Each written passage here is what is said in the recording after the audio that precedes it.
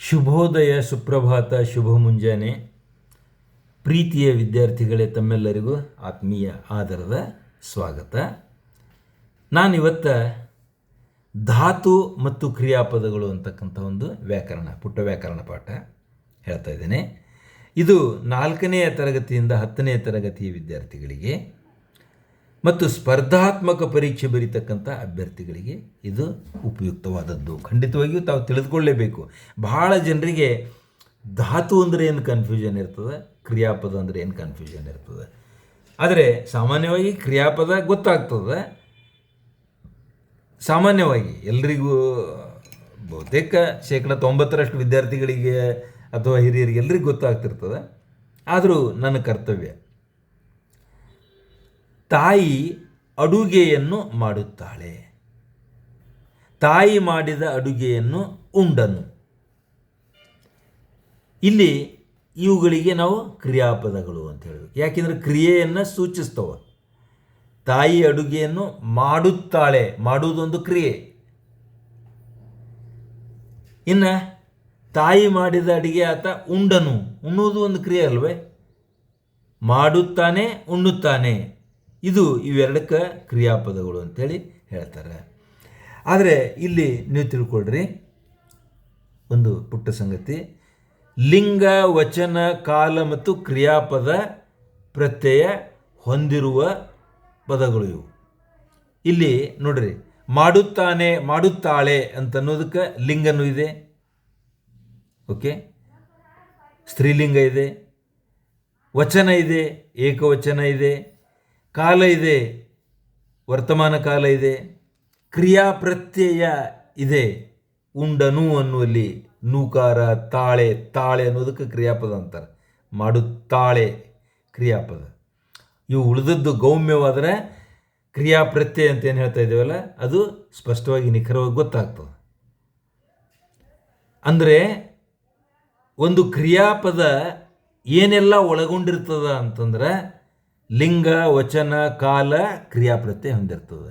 ಆದರೆ ದಯವಿಟ್ಟು ಒಂದು ಪ್ರಮುಖವಾದಂಥ ಸಂಗತಿ ತಿಳ್ಕೊಳ್ರಿ. ಕ್ರಿಯಾಪದಕ್ಕೆ ಯಾವುದೇ ಕಾರಣಕ್ಕೂ ವಿಭಕ್ತಿ ಪ್ರತ್ಯಯವನ್ನು ಹೊಂದಿಸಿಕೊಳ್ಬಾರ್ದು.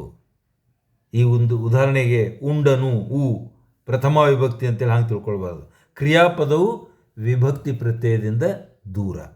ಅದು ಏನು ಅನು ಅಂತ ಬಂತಲ್ಲ ಇಲ್ಲಿ, ಇದು ಕ್ರಿಯಾಪ್ರತ್ಯಯ ಅಂತೇಳಿ ನಾವು ತಿಳ್ಕೊಳ್ಬೇಕು. ಇನ್ನು ಧಾತು ಅಂತಂದರೆ ಏನು ಅಂತಕ್ಕಂಥದ್ದು ನಾವು ಬರೋಣ. ಹಾಗಾದರೆ ಧಾತು ಅಂತಂದರೆ ಏನು ಅಂತಕ್ಕಂಥದ್ದು?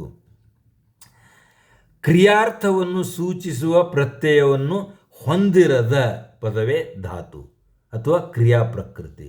ಅಂದರೆ ಕ್ರಿಯಾಪದದ ಮೂಲ ರೂಪವೇ ಧಾತು ಎಂದು ಕರೆಯಲ್ಪಡುತ್ತದೆ. ಈ ಉದಾಹರಣೆಗೆ ನಾವು ಇಲ್ಲೇ ಮೇಲೆ ನೋಡಿದೆವಲ್ಲ, ತಾಯಿ ಅಡುಗೆಯನ್ನು ಮಾಡುತ್ತಾಳೆ ಅಂತೇಳಿ ನಾವು ನೋಡಿದೆವು. ಇದರೊಳಗೆ ಲಿಂಗ, ವಚನ, ಕಾಲ ಎಲ್ಲವನ್ನು ನಾವು ತೆಗೆದ್ರೆ ಏನು ಉಳಿತದಪ್ಪ? ಮಾಡು ಅನ್ನೋದು ಉಳಿತದೆ. ಆದ್ದರಿಂದ ಮೂಲ ವಸ್ತು ಧಾತು ಅಂದ್ರೆ ಮೂಲ ರೂಪಕ್ಕೆ ಧಾತು ಅಂತ ಹೇಳಿ ಹೇಳ್ತಾರೆ. ಮೂಲ ವಸ್ತುವಿಗೆ ಧಾತು ಅಂತಾರೆ. ಮಾಡುತ್ತಾಳೆ, ಮಾಡು ಅನ್ನೋದು ಧಾತು. ಅದನ್ನು ಕ್ರಿಯಾಪದವಾಗಿ ಮಾಡುತ್ತಾಳೆ, ಮಾಡುತ್ತಾನೆ, ಮಾಡುತ್ತದೆ, ಮಾಡುತ್ತಾರೆ, ಮಾಡುವರು, ಮಾಡ್ಯಾರು, ಏನು ಬೇಕಾದ್ರೂ ಮಾಡ್ಕೊಳ್ಳಿ. ಆದರೆ ಮೂಲ ರೂಪ ಏನಿದೆ ಅಲ್ಲ, ಇದು ಮಾಡು ಅನ್ನೋದು, ಇದಕ್ಕೆ ಧಾತು ಅಂತ ಅಂದ್ಕೊಳ್ಬೇಕು. ಅಂದರೆ ಪರೀಕ್ಷೆಯಲ್ಲಿ ಹೆಂಗೆ ಕೇಳ್ತಾರೆ ಅಂತಂದರೆ, ಈ ಕ್ರಿಯಾಪದದಲ್ಲಿರುವ ಧಾತುವನ್ನು ಗುರುತಿಸ್ರಿ ಅಥವಾ ಹೆಸರಿಸ್ರಿ ಅಂಥೇಳಿ ಪರೀಕ್ಷೆಯೊಳಗೆ ಕೇಳ್ತಾರೆ. ಇಲ್ಲಿ ನೋಡ್ರಿ, ವೆರಿ ಇಂಟ್ರೆಸ್ಟಿಂಗ್. ಉಂಡನು ಅನ್ನೋದು ವೆರಿ ಇಂಟ್ರೆಸ್ಟಿಂಗ್. ಈ ಉಂಡನು ಅನ್ನೋದು ಉಂಡ ಅಂಥೇಳಿ ಅನಿಸ್ತಿರ್ತವಮ್ಮ, ಅದು ಧಾತು ಆಗ್ತದೇನೋ ಅಂಥೇಳಿ. ಇಲ್ಲ ಮಕ್ಕಳೇ, ಉಂಡ ಅಂತ ಆಗೋದಿಲ್ಲ. ಉಂಡ ಅಂತಂದರೆ ಮತ್ತು ಅದು ಕ್ರಿಯಾಪದನೇ ಆಗ್ತದೆ. ಉಣ್ಣು ಅನ್ನುವುದು ಅದರ ಮೂಲ ರೂಪ. ಸ್ವಲ್ಪ ಇಂಥದ್ದು ಅನುಭವದಿಂದ ನಿಮ್ಗೆ ಗೊತ್ತಾಗ್ತಾ ಹೋಗ್ತದೆ. ಬಂದನು, ಬರು ಅಂಥೇಳಿ, ಅಥವಾ ಬಾ ಅಂತನೂ ಹೇಳ್ಬೋದು ನಾವು. ಬಾ ಅಥವಾ ಬರು, ಇವಾಗ ನಾವು ಏನಂತಂದರೆ ಧಾತು ಅಂತೇಳಿ ಕರೀಬೇಕು. ಕೊಂಡನು ನೋಡ್ರಿ, ಸೇಮ್ ಉಂಡನು ಇದ್ದಂಗೆ ಅದ. ಕೊಂಡ ಅಂತ ಆಗೋದಿಲ್ಲ, ಕೊಳ್ಳು. ಆ್ಯಕ್ಚುಲಿ ಹಾಗೆ ನೋಡಿದ್ರೆ ಕೋ ಅಂತ ಅಷ್ಟೇ ಆಗ್ತದೆ. ಕೋ ಅಂದರೆ ಕೊಳ್ಳು ಅಂತ ತಿಳ್ಕೊಳ್ಬೇಕು. ಹಳಗನ್ನಡದಲ್ಲಿ ಕೋ ಅಂಥೇಳಿ ಅದನ್ನು ನೀವು ಗೋವಿನ ಹಾಡು ಪದ್ಯ ಓದಿರು. ಖಂಡವಿದೆಕೋ ಮಾಂಸವಿದೆಕೋ ಗುಂಡಿಗೆಯೊಳ ಬಿಸಿ ರಕ್ತವಿದೆಕೋ. ಕೋ ಅಂದ್ರೆ ಕೊಳ್ಳು ಅಂತಂದಂಗೆ. ಕೋ ಸರಿ. ಮಿಂದನು ಅಂದರೆ ಸ್ನಾನ ಮಾಡಿದನು.